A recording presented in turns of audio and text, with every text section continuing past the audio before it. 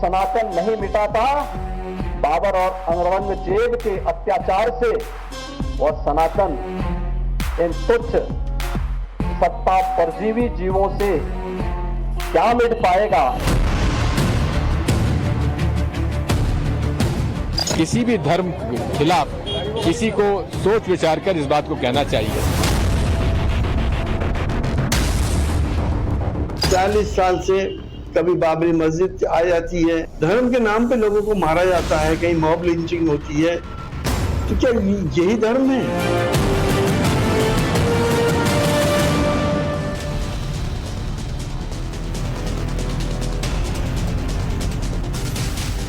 नमस्कार, times now नव भारत पर देश के सबसे पसंदीदा डिबेट शो राष्ट्रवाद में आपका स्वागत है। आपके साथ मैं हूं राकेश पांडे। राष्ट्रवाद यानी देश से बढ़कर कुछ नहीं, और जब बात देश की, बात सवाल राष्ट्र को लेकर, तो सबसे प्राचीन धर्म सनातन पर उठे बवाल को लेकर बात होगी। सनातनी लड़ाई में बाबर और औरंगजेब तक की एंट्री हो गई है। आगे क्या होगा? सत्ता परजीवी बनाम सनातनी का बयान देकर क्या खुद सीएम योगी अब सीधे मैदान में है? देश में स्टालिन और ए राजा के बयान से उठा बवाल बढ़ता ही जा रहा है। कल देर शाम सीएम योगी की इसमें एंट्री हो गई। उन्होंने दो टूक कह दिया कि जो सनातन रावण के अहंकार से नहीं मिटा, कंस के हुंकार से नहीं डिगा, जिसे बाबर और औरंगजेब नहीं मिटा पाए, उसे सत्ता के परजीवी कैसे मिटा सकते हैं? सुनिए। जो सनातन नहीं मिटा था रावण के अहंकार से, जो सनातन नहीं टिका था कंस के हुंकार से, जो सनातन नहीं मिटा था बाबर और औरंगजेब के अत्याचार से, वह सनातन इन तुच्छ सत्ता परजीवी जीवों से क्या मिट पाएगा। मुख्यमंत्री योगी को आपने सुना। बीजेपी की ओर से सनातन विरोधी बयानों के बीच इंडिया गठबंधन में शामिल दलों को लगातार टारगेट किया जा रहा है। सवाल पूछा जा रहा है कि विपक्षी दल खुलकर इन बयानों की आलोचना क्यों नहीं कर पा रहे। सपा के एसटी हसन और कांग्रेस के वरिष्ठ नेता दिग्विजय सिंह ने क्या कुछ कहा, वो आपको सुनवाते हैं। 40 साल से कभी बाबरी मस्जिद आ जाती है, पूरे देश में बवाल हो जाता है, झगड़े हो जाते हैं, लोग मारे जाते हैं, रिकॉर्ड में कुछ होता है, मरते कितने हैं। धर्म के नाम पे लोगों को मारा जाता है, कहीं मॉब लिंचिंग होती है, तो क्या यही धर्म है? सनातन धर्म जो है वो अनादिकाल से चला हुआ है। हाँ, उस सनातन धर्म में जो भी सामाजिक कुरीतियां हैं उन पर पहले भी आंदोलन हुआ है कि आर्य समाज क्या था। आर्य समाज उन्हीं कुरीतियों के खिलाफ आवाज थी, लेकिन फिर भी किसी भी धर्म के खिलाफ किसी को सोच विचार कर इस बात को कहना चाहिए। तो जितने विपक्षी दल हैं वो सनातन विरोधी बयानों से उनमें से कुछ किनारा कर रहे हैं।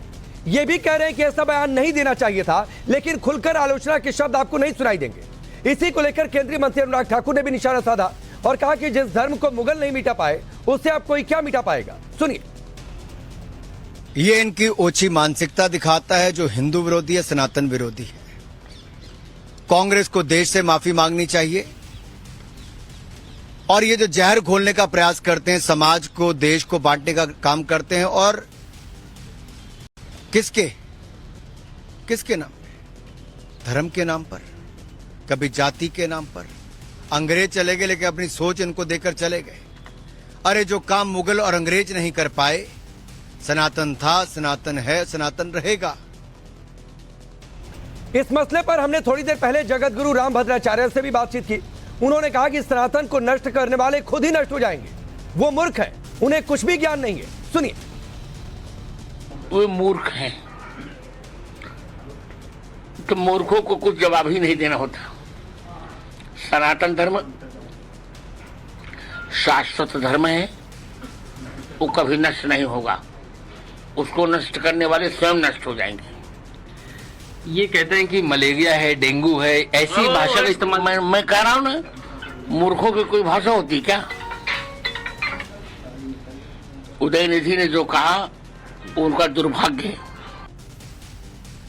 चलिए वो सवाल आपके सामने रखता हूं जिनके इर्द गिर्द आज की चर्चा आगे बढ़ने वाली है। पहला सवाल यह कि सनातनी लड़ाई में बाबर औरंगजेब की एंट्री के बाद क्या आगे और क्या क्या कुछ सुनने को मिलेगा? सत्ता परजीवी बनाम सनातनी, क्या इसी पिच पर होगी 24 की लड़ाई?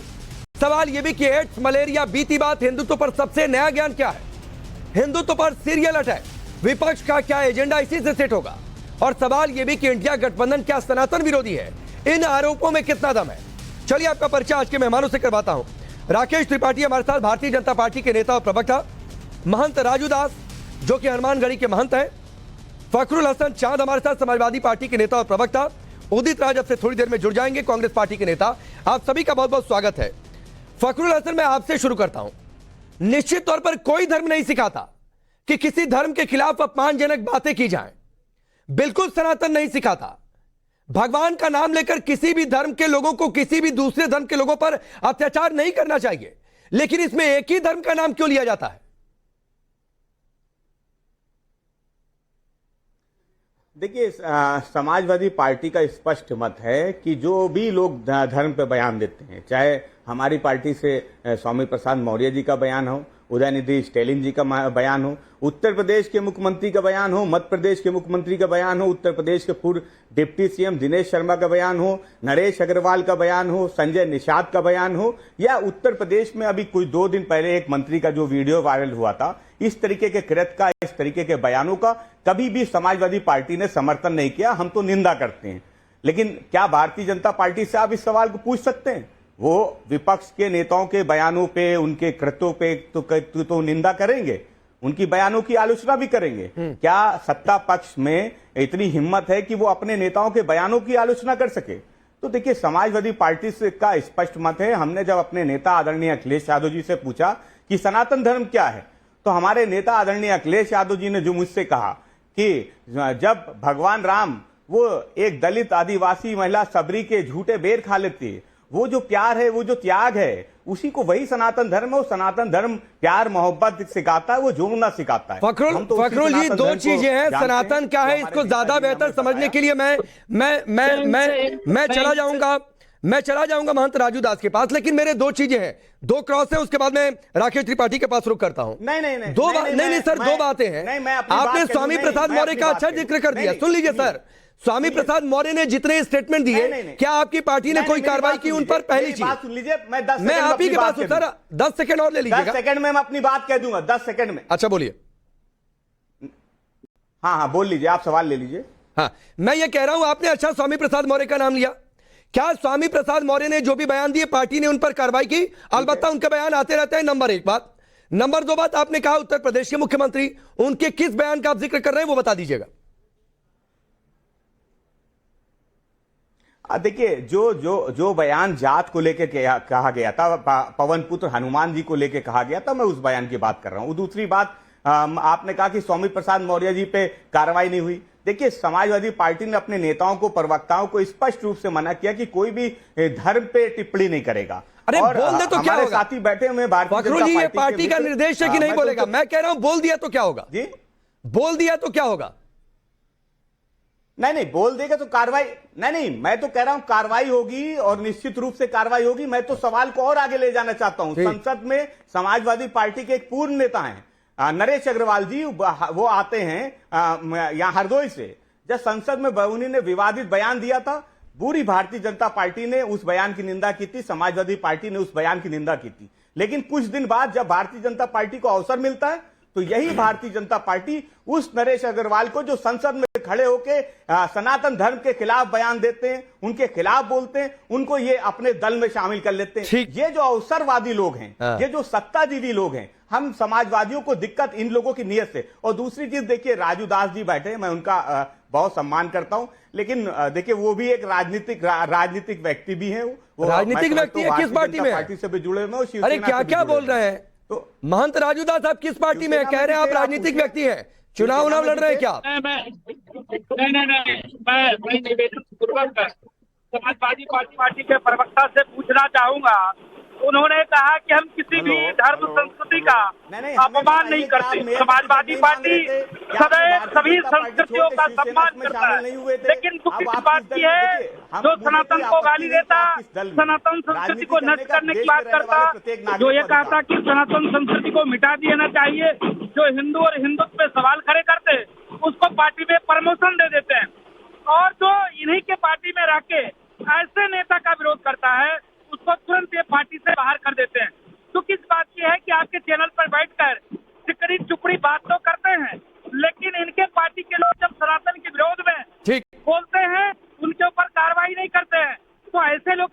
सफाई तो होनी चाहिए ना।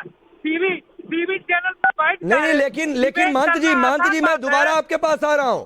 राकेश त्रिपाठी थोड़ी देर पहले कह रहे थे फखरुल हसन कि स्वामी प्रसाद मौर्य पर भी कार्रवाई हो जाएगी आपको लगता है? मुख्यमंत्री योगी के एक बयान का जिक्र, लेकिन खुलकर आलोचना की बात हो जाए तो इससे थोड़ा सा कदम पीछे रहते हैं। देखिए राकेश जी, जो स्टालिन का बयान है या आम आदमी पार्टी के मंत्री रहे राजेंद्र पाल गौतम का बयान है या स्वामी प्रसाद मौर्य का बयान है या बिहार के मंत्री प्रोफेसर चंद्रशेखर का बयान है या मल्लिकार्जुन खड़गे का बयान है या राहुल गांधी का बयान है, ये सारे बयान एक सोची समझी राजनीतिक साजिश के तहत दिए गए हैं। ये बयान कोई नासमझी में किसी के व्यक्तिगत विचार नहीं है, ये कोई वैचारिक आधार पर दिए गए बयान नहीं है। और मैं अभी फखरुल साहब को सुन रहा था, फखरुल साहब कह रहे हैं कि नरेश अग्रवाल ने इस तरह का बयान दिया। नरेश अग्रवाल ने जब ये बयान दिया था तो वो समाजवादी पार्टी में थे। स्वामी प्रसाद मौर्य जब ये बयान दे रहे हैं तो वो समाजवादी पार्टी में है। स्वामी प्रसाद मौर्य भारतीय जनता पार्टी में भी रहे, लेकिन भारतीय जनता पार्टी में रहते हुए उन्होंने कभी कोई ऐसा बयान नहीं दिया।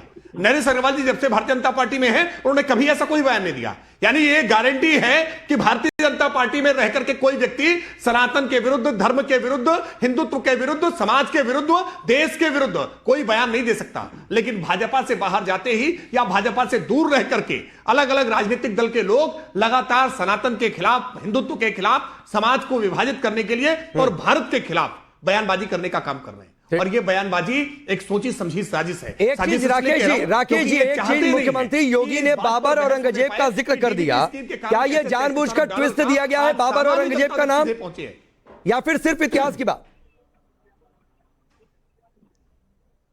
नहीं, बाबर और औरंगजेब तो इतिहास की सच्चाई है।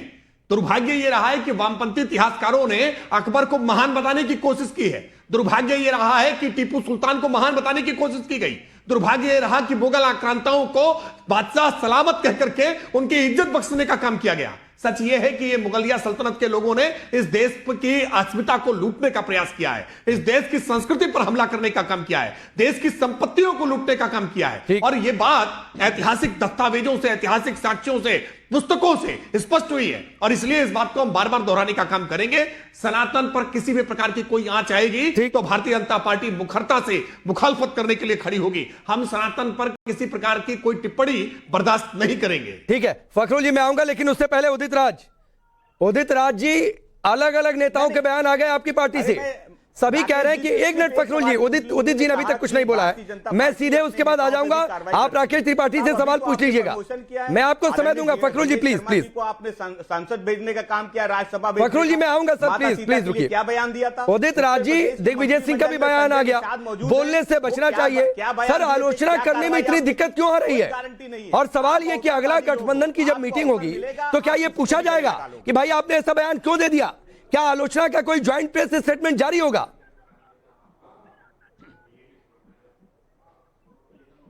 देखिए राकेश जी, एक सवाल मैं पूछना चाहता हूँ।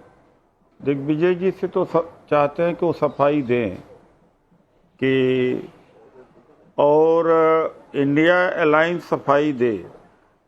जो बीजेपी का पार्टनर है, एनडीए का हिस्सा है, एआईडीएमके से अभी तक सफाई क्यों नहीं मांगी उन्होंने? क्योंकि वोट प्यारा है, सनातन धर्म प्यारा नहीं है। अभी मैं सुन रहा था कि नरेश अग्रवाल जी ने जो बोला था वो तो सपा में थे, व्यक्ति तो वही है भाई। आपने जब ले लिया तो माफ कर दिया। अगर आपके पार्टी में नहीं आते तो नरेश अग्रवाल जी का बयान अभी यथावत उसी तरीके से लेते। डॉक्टर संजय निषाद ने भगवान राम के जन्म के बारे में क्या कहा था? उन्होंने कहा था कि ये दशरथ के औलाद नहीं है, ये श्रृंगी ऋषि के औलाद है जो ऋषि थे। यानी जो सनातन धर्म के मूल है, भगवान है, उनकी उत्पत्ति को भी चैलेंज कर दिया था। कोई डिबेट नहीं हुआ, कोई चर्चा नहीं हुआ, उससे सनातन धर्म के ऊपर कोई क्या आंच नहीं आती है क्या? ये सनातन धर्म का सौदा करते हैं, इन्हें कोई प्रेम नहीं है सनातन धर्म से, वोट चाहिए। अभी अगर उदयनिधि स्टालिन और डीएमके से समझौता हो जाए, मैं गारंटी से कहता हूं कि सारे टेलीविजन पर ये डिबेट बंद हो जाएगा और कोई बोलने वाला नहीं। मोदी जी मतलब आप चाहते हैं कि ये डिबेट नहीं होनी चाहिए, कहा था ये सवाल नहीं पूछा जाना चाहिए एनसीपी को मैं मोदी जेल जी की सनातन पर इस तरीके का स्टेटमेंट क्यों दे दिया? कंक्लूड कर रहा हूँ। हाँ, मतलब आप चाहते हैं ये कंक्लूड। अरे आप अपनी बात कहते रहो, इनकी बात कहते रहो। जो मैंने सवाल किया, जो जवाब दिया, उसके ऊपर आप चर्चा। राकेश जी इशारा कर रहे हैं, मैं सीधे उनके पास जाऊंगा आपके इस सवाल के जवाब के लिए। मैं ये पूछ रहा हूँ, आपको लगता है कि ये सवाल नहीं पूछे जाने चाहिए? नहीं मांगते हैं एआईडीएमके से सफाई क्यों नहीं मांगते भाई? आपकी जानकारी के लिए एआईडीएमके की सफाई पहले से आ गई है, उनका स्टेटमेंट पहले से आ चुका है। कहेंगे तो आपको बता भी दूंगा। पूछ रहे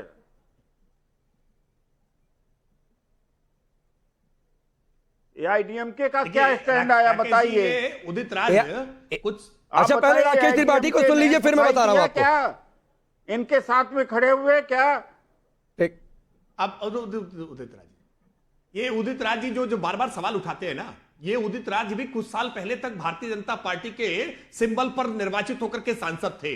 और उदित राज जी जब तक भारतीय जनता पार्टी के सिंबल पर नहीं बोलेंगे, कभी कोई वाहियात बात नहीं बोलेंगे, कभी इन्होंने सनातन पर हमला नहीं किया।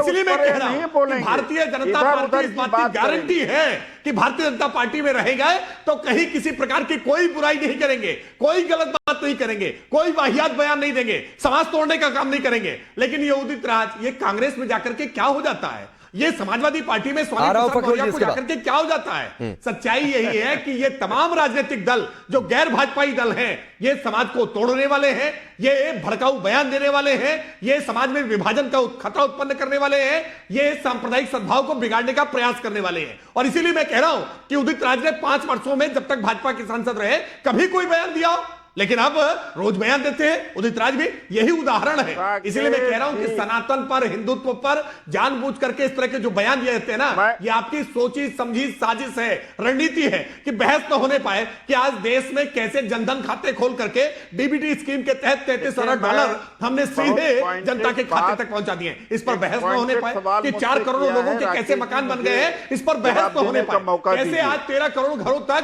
घर नल से जल पहुंचा दिया है, इस पर बहस न होने। अच्छा राकेश जी, आपकी बात पर उदित जी कुछ बोलना चाहते हैं, फिर उसके बाद फखरुल जी बस 30 सेकंड दे दीजिए, जल्दी अपनी बात रखिए उदित जी, फिर मैं फखरुल जी और स्वामी जी आपके पास आता हूं। राकेश जी ने, आपने इनसे पूछा और बीजेपी प्रवक्ता ने जो मैंने सवाल उठाया है उसका जवाब न दे के इधर उधर की बात कर रहे हैं। नरेश अग्रवाल की बात है। और दूसरी बात है कि जब बीजेपी में मैं था तो भी तर्कसंगत बात किया है। उदाहरण के तौर पर जब सबरीमाला कभी नहीं कही भाई आपने, पर कोई वाहियात बात नहीं कहते थे जजमेंट आया, तो आप सुन तो लीजिए भाई, आप मेरी बात सुन तो लीजिए भाई, बस खत्म कर रहा हूं। सबरीमाला मंदिर पर जब 4 जजेज की बेंच ने फैसला दिया कि महिलाओं को भी प्रवेश का अधिकार है, जिसका विरोध भारतीय जनता पार्टी ने किया और अमित शाह जी ने कहा कि सुप्रीम कोर्ट को भी जजमेंट ऐसा नहीं देना चाहिए कि परंपरा की अनदेखी हो जाना चाहिए, उसके खिलाफ प्रोटेस्ट किया। मैं उस सुप्रीम कोर्ट के जजमेंट के साथ था कि महिलाओं का अधिकार होना चाहिए, और उसके बाद में केरला के तमाम अखबारों में छपा कि भारतीय जनता पार्टी का सांसद विरोध में, उसके वजह से काफ़ी इनको क्षति भी हुई है। ऐसी बात नहीं है कि वहाँ पर जो असहनीय और गलत बात थी तो मैंने नहीं उठाया है, ठीक ऐसी बात वहाँ भी उठाया। दूसरी बात है कि मोदी जी ने कहा कि मोदी का वादा है भ्रष्ट अजीत पवार को जेल भेजने का, बीजेपी में शामिल हो गए सर, ये कई बार हो चुकी है, फिर वो सभी दलों में, ठीक है, और आज का वो इश्यू भी नहीं है, वो आज का इश्यू भी नहीं है। मैं आ रहा हूँ उदित जी, सनातन को लाख गाली देने वाला बीजेपी में आ जाए, बिल्कुल ठीक हो जाएगा। सनातन धर्म को बाबर औरंगजेब की एंट्री हो गई है, गारंटी देता हूँ। बाबर औरंगजेब का जिक्र किया मुख्यमंत्री योगी आदित्यनाथ ने, जाहिर सी बात है निशाना कहां पर, ये आप लोगों को बेहतर पता है, मुझे बोलने की जरूरत नहीं है। आप कुछ कहना चाह रहे थे और इस सवाल पर आपका कोई रिएक्शन? देखिए मुख्यमंत्री जी क्या बोलते हैं क्या नहीं बोलते हैं, समाजवादी पार्टी को उस पर कोई टिप्पणी नहीं करनी। लेकिन आज उत्तर प्रदेश में एक विधानसभा का चुनाव हुआ, उपचुनाव हुआ, वहां की जनता ने अपना संदेश बिल्कुल साफ दे दिया है। हमारे साथी राकेश त्रिपाठी जी जिस तरीके से अपनी योजनाओं को बता रहे थे, समाजवादी पार्टी भी धरातल पर गई घोसी उपचुनाव में और प्रचंड जीत हासिल करी है। तो इसलिए हमारे जो इनके जो सारे सवाल हैं उनका सारा जवाब आज जनता ने दे दिया। दूसरी बात, जब भारतीय जनता पार्टी के मित्र कहते हैं कि हमारे दल में रहते हुए कोई बयान नहीं देता है और उसका प्रमोशन नहीं होता है, अरे अभी 2 दिन पहले ही तो आपने राज्यसभा भेजा है उत्तर प्रदेश के पूर्व डिप्टी सीएम, क्या माता सीता के लिए क्या बयान दिया था? प्रमोशन तो आपने किया ना। संजय निषाद आज भी भारतीय जनता पार्टी की सरकार में मंत्रिमंडल में बने हुए। ये अवसरवाद की जो राजनीति है, समाजवादी पार्टी को इससे दिक्कत है।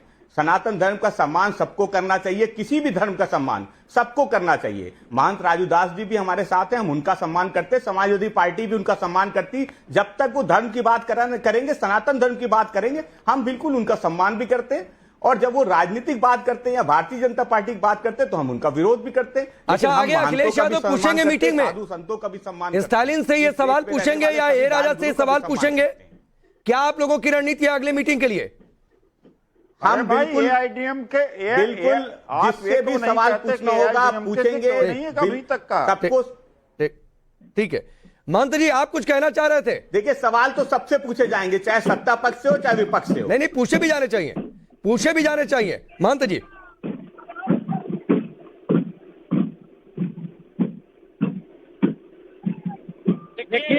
देखिए अभी जिस प्रकार से समाजवादी पार्टी ने अपने पक्ष को रखा है, लेकिन मैं उनसे निवेदन पूर्वक पूछना चाहता हूँ, ठीक है, मैं आज जब बीजेपी में स्वामी प्रसाद मौर्य जी थे तो एक शब्द नहीं बोले, आज इनके साथ सनातन के खिलाफ वो क्यों बोल रहे हैं?